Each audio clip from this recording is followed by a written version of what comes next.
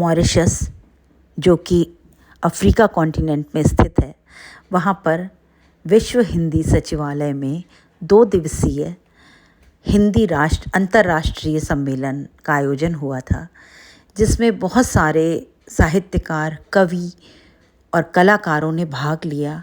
भारत से 88 सदस्य उसमें उन्होंने सहभागिता करी, जिसमें से एक सौभाग्यशाली मैं भी थी। और मैंने उस पुस्तक में एक हिंदी पर लेख लिखा जिसका शीर्षक था हिंदी भाषा नहीं मेरा प्रेम है। और मैंने भी अपनी सहभागिता दी और हिंदी के प्रचार प्रसार में अपना एक छोटा सा योगदान दिया। कुछ सांस्कृतिक कार्यक्रमों का भी आयोजन हुआ, जिसमें मैंने विवेकानंद की भूमिका निभाई और बहुत सुंदर कार्यक्रमों का आयोजन किया गया, जिसमें एक था काव्यांजलि, जिसमें मेरा किरदार था स्वामी विवेकानंद, और दूसरा तृतीय सत्र में एक गीत जो कि हमारे यूपी पूर्वी उत्तर प्रदेश का लोकगीत है, कंगना लाई दे मोरे सजनवा मुरा गौना हो जाए, वो गीत गाया। और अभी देखिए मैं आपको अंदर सचिवालय में ले चल रही हूँ। यहाँ सचिवालय में यहाँ हिंदी लाइब्रेरी है, और ये लाइब्रेरी हमारे देश भारत की बड़ी बड़ी लाइब्रेरियों में से जो लाइब्रेरीज़ हैं उनमें भी उनसे कुछ कम नहीं। बहुत सुंदर पुस्तकें हैं, और शायद कोई हिंदी का कोई एक शाखा ऐसी नहीं होगी जिस पर यहाँ पर पुस्तक ना हो। बच्चों के जो खेल हैं उन पर, वर्णमाला, उन सब पर पुस्तकें हैं। यहाँ मेरे जो सहभागी हैं वो सभी हैं जो अपना अपना स्थान ग्रहण कर रहे हैं। बहुत सुंदर मंच था।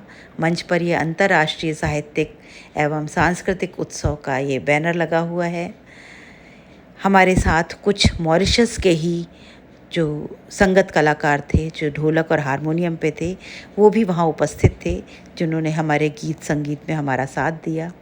ये इस अंतर्राष्ट्रीय सम्मेलन का लोगो है, जिसमें हिंदुस्तान का और मॉरिशस का झंडा एक साथ है। मेरे पति भी मेरे साथ गए थे, और मेरी सखियां हैं इसमें। बहुत सारे लोग हैं जिन्होंने, ये हमारी अध्यक्षा थी जिन्होंने हमारी टीम को ऑर्गेनाइज़ किया था और हमें अपने साथ ले गई। उन्होंने हमें ये मौका दिया।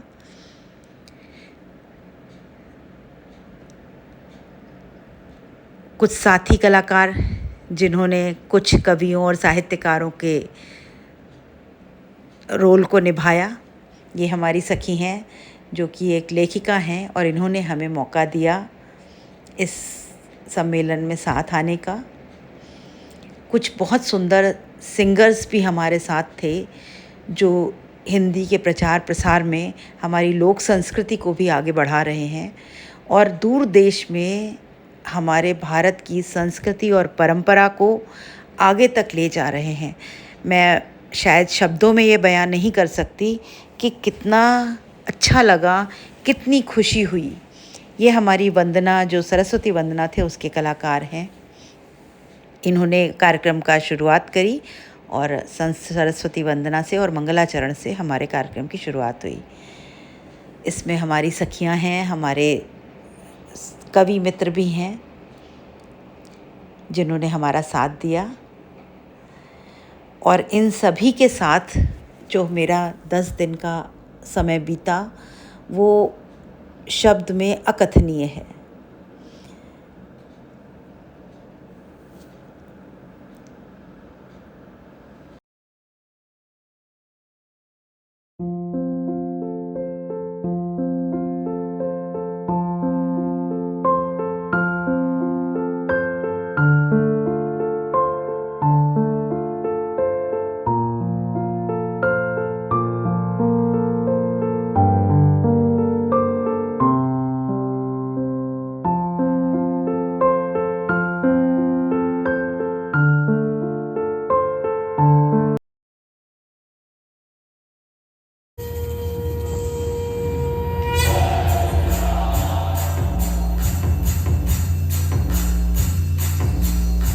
आइए अब सभागार में उपस्थित सभी विद्वानों को रूबरू कराते हैं भारत की पावन भूमि में जन्मे कुछ महान साहित्यकारों से।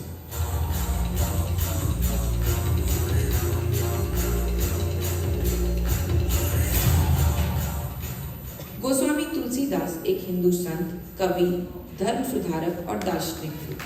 तुलसीदास एक सदीकालीन ब्राह्मण थे और उन्होंने रामचरितमानस की रचना की थी। राम राम जय राजा राम, राम राम जय सीता राम, राम राम जय राजा राम, राम राम जय सीता राम, राम राम जय राजा राम, राम राम जय सीता राम, राम राम जय राजा राम, राम राम जय सीता राम। जगाना देश है अपना, जगाना देश है अपना,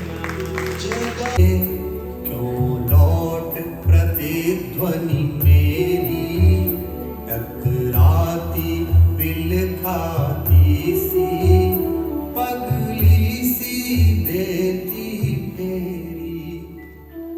सुभद्रा कुमारी चौहान का जन्म नागपंचमी के दिन इलाहाबाद के निकट निहालपुर नामक गांव में जमींदार परिवार में हुआ था। वो हिंदी की सुप्रसिद्ध कवित्री, लेखिका और स्वतंत्रता संग्राम सेनानी थी। सिंहासन हिल उठे राजवंशों ने बिगड़ी तानी की, टूटे भारत में भी आई फिर से नई जवानी की। 8 जनवरी 1863 में हुआ था। उनके घर का नाम नरेंद्र दत्त था।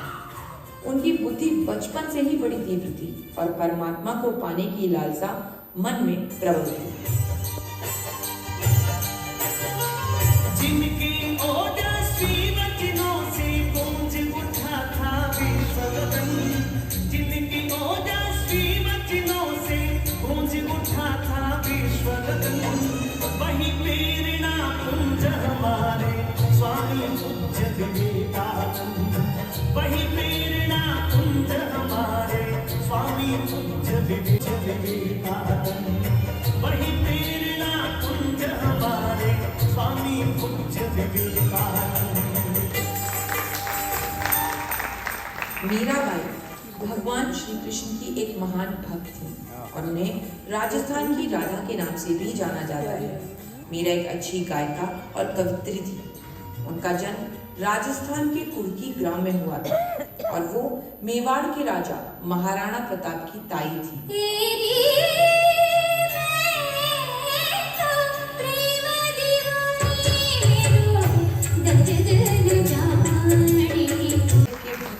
एक इकलौते ऐसे कवि हैं जो आजीवन समाज और लोगों के बीच व्याप्त आडंबरों पर कुठाराघात करते रहे। वह कर्म प्रधान समाज के पैरोकार थे और इसकी झलक उनकी रचनाओं में साफ झलकती है। गुरु गोविंदो खड़े काकेला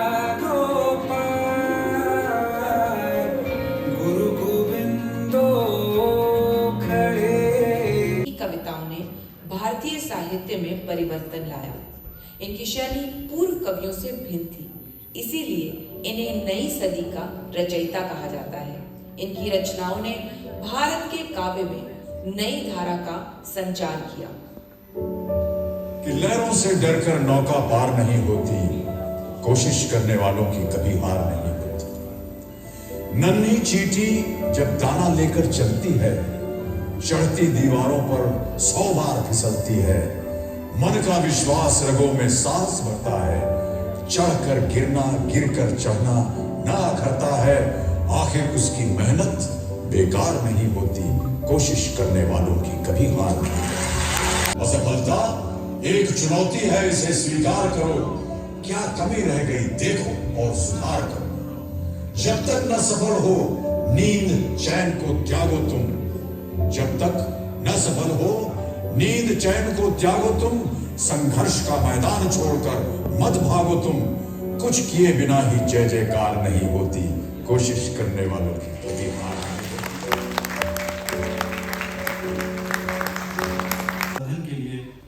आभार आपका। एक बार फिर मैं आपको लेकर चल रही हूँ मॉरिशस के पुस्तकालय में, जहाँ देखिए हिंदी व्याकरण पर और वर्णमाला पर कितनी सुंदर पुस्तकें यहाँ बच्चों के लिए हैं। और ये बहुत बड़ा पुस्तकालय था। मन तो ऐसा हो रहा था कि यहाँ पर ही रह जाऊँ और 2-4-6 दिन रह करके इन पुस्तकों को पढूं।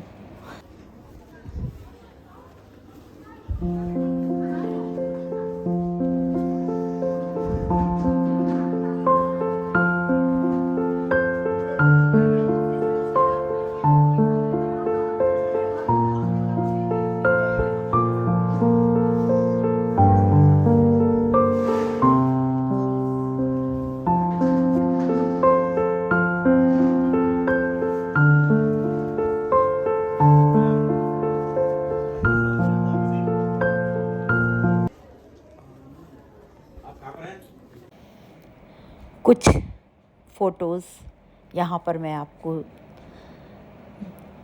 दे रही हूँ, जिससे आपको उस कार्यक्रम का थोड़ा सा अंदाज़ा मिले। ये हमारा सांस्कृतिक कार्यक्रम शुरू हो चुका है।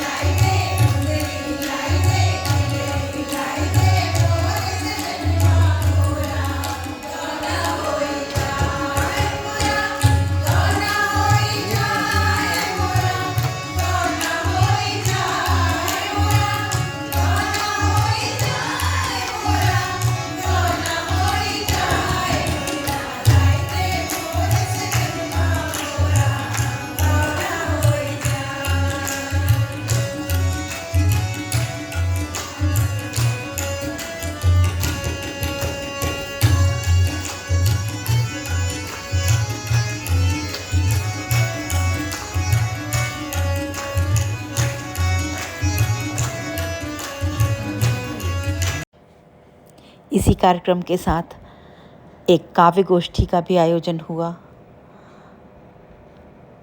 जिसमें हमारे साथ गए हुए सभी कवियों ने अपनी अपनी रचनाएं सुनाई। रचना संसार द्वारा आयोजित एक सभा भी हुई। आईपी फाउंडेशन द्वारा ये पूरा इस कार्यक्रम का संचालन किया गया। और कुछ यहाँ पर आपके लिए मैं कुछ और पिक्चर्स दे रही हूँ, जिससे आपको इस कार्यक्रम की सुंदरता का अंदाज़ा लग सके। ये हम सभी साथी हैं। वहाँ की जो मॉरिशस सचिवालय की जो अध्यक्षा थी, उन्होंने भी अपना भाषण दिया। फिर हम सबको, पूरी टीम को वहाँ घुमाने मॉरिशस ले जाया गया, जिसमें हमने वहाँ के विभिन्न स्थानों पर जा कर के उस प्रकृति के सौंदर्य का आनंद लिया। बहुत सारे पुरस्कार वितरण भी हुए। बहुत सारी किताबों का, हिंदी की किताबों का विमोचन किया गया। उसी विमोचित एक पुस्तक में मेरा लेख छपा है। ये मेरा सर्टिफिकेट है जो मुझे मिला, और मैं वाकई धन्य हो गई इस सम्मान को पाकर के। मुझे 2 सर्टिफिकेट मिले, जो कि एक आईपी फाउंडेशन की तरफ से था और एक विश्व हिंदी सचिवालय की तरफ से था, जिससे मैंने बहुत गौरवान्वित महसूस किया। और मैं सच में खुश हूँ कि मैं हिंदी के लिए कुछ कर सकी। और अपने सभी साथियों का मैं एक बार बहुत धन्यवाद करना चाहूँगी, जिन्होंने मेरा साथ दिया, मेरा सहयोग दिया और मुझे ये मौका दिया।